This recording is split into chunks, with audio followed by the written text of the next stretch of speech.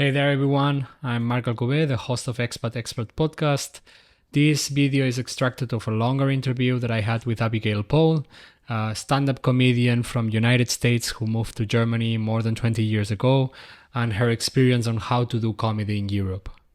I think like right now the common thing in open mics is having 3 to 5 minutes. 3 to 5 minutes. Well, yeah, that's in like New York and Frankfurt. We give people 7 to 8, and then it's not that hard to get 10 or Not 15. here. Wirklich. Yeah, before we dig Sure. more into comedy and like stand-up and all this, because we can talk about that probably for quite some time. We can annoy people a lot with that. It's okay. That's why they are looking, no? If they are watching. Just a this or that questions, like Sure. in the sense of like, if you need to choose one or the other, Got what it. would be before we close the expat part, let's say like this? Perfect. Let's go for a tricky one. American or German food, but you already said that actually, American. American food because I want to taste it. German food so that I can live. That's a good response. Yeah. Same happened already with the second one, American or European lifestyle in the sense. European lifestyle so that I can live. It's everything about living, eh? Yeah. And I think the next one, it's also about living, probably cooking with olive oil or butter. Okay. For flavor, butter. For living, olive oil. Yeah. And the last but not least, old people, like retired people in Florida or in Germany. Okay, so this is complicated because I'm quite an old people expert. I grew up with a lot of grandmothers, a lot of surrogate grandmothers. In Florida, it's, it's the retirement place. a retirement place, yeah. So my home was a retirement community, and I had a lot. So I had a lot of, but like they weren't always the nicest old people because they're still from Florida. You know what I mean? They weren't like those grandmas who's going to make you soup. They're the grandmas who like didn't quite finish up with spring break yet. So like I think. That sounds like a retirement person in Germany also. Like, Now, see, the thing about getting older, which is why I try to keep myself active, so that as I get older, I don't turn to someone who's bitter. You do tend to like, I don't know. There's a lot of studies that say getting older you get happier, right? But I think that if you've had a happy life, that's how it goes.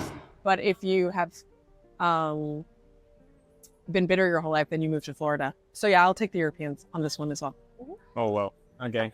Because I experience, I'm coming from Barcelona, normally the old people, yes, there is certain things that they do, but in Germany, the complaining is next level. Like, Okay, but that's the thing about Germans. They do love a complaint. yes, but So when they you get old, you do everything bad you did in life worse. So they can be, that's a very extreme. But I'm also good at tuning them out. You know what I mean? Like every time some German says something to me I don't like, I'm like, health insurance. And I snap my heels 3 times and it's all gone. they can complain because they have pension. Yeah. Well, when we arrive to pension, we will see. We will have that.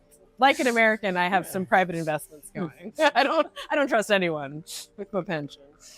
Makes sense. So yeah, if that's okay for you, I would say that we jump directly into the second part of the episode. Mm-hmm. The expert doing comedy in Europe.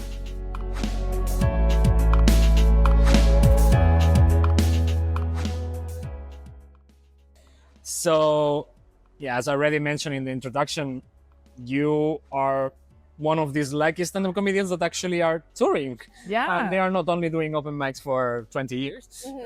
So you're living the dream, let's say like this.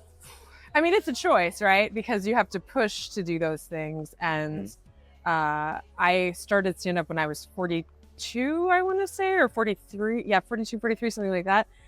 So I didn't feel like I had the time to dick around. So I had to like take my skill set and just exponentially make it go as fast as I possibly could. So I got as quickly from like open mic level to my own show level as I could possibly make myself do it.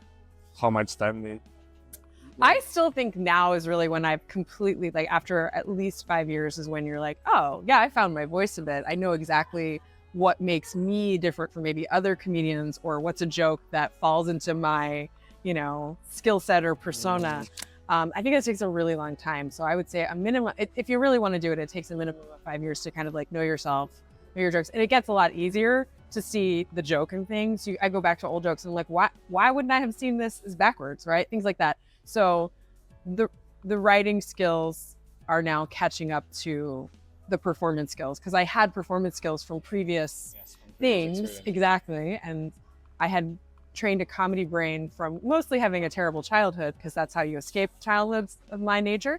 And then all the performance stuff. So yeah, that's about how long it took me.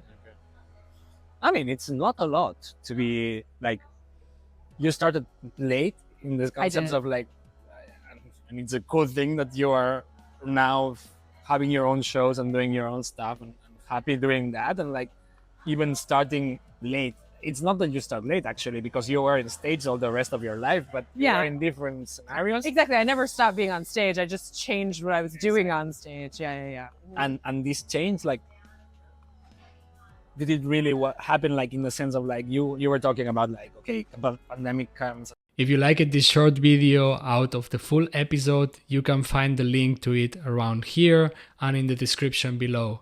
Of course, if you are also interested in checking out other episodes, please subscribe and like.